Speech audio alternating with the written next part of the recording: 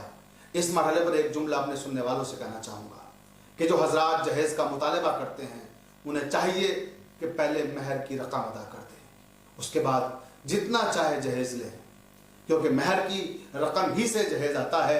یہ نبی کریم کی سنت ہے اور اسلامی شریعت ہے.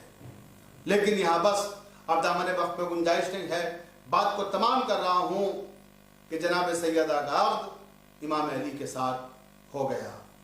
لیکن اہتمام کیا کیا کہ یہ دلہن وہ ہے جو رسول خدا کے گھر میں پیدا ہوئی ہے. تو جب مقام افتخار میں لوگ یہ کہیں کہ دلہن وہ تھی کہ جو رسول خدا کے گھر میں پیدا ہوئی تھی، تو اللہ نے کہا کہ ہم دولہا بھی ایسا دیں گے کہ لوگ مقام افتخار میں کہیں گے کہ دلہن رسول خدا کے گھر کی تھی تو دولہا خدا کے گھر کا تھا. یعنی دولہا وہ ہے جو خدا کے گھر میں پیدا ہوا ہے، مولود کعبہ ہے. مجھے اس مرحلے پر علامہ قمر جلالی مرحوم یاد آ گئے. انہی نے کہا تھا کہ مرتضیٰ کو خانہ زاد رب اکبر دیکھ کر، مرتضیٰ کو خانہ زاد رب اکبر دیکھ کر، بیاہ دی بیٹی پیغمبر نے بڑا گھر دیکھ کر، بیاہ دی بیٹی پیغمبر نے بڑا گھر دیکھ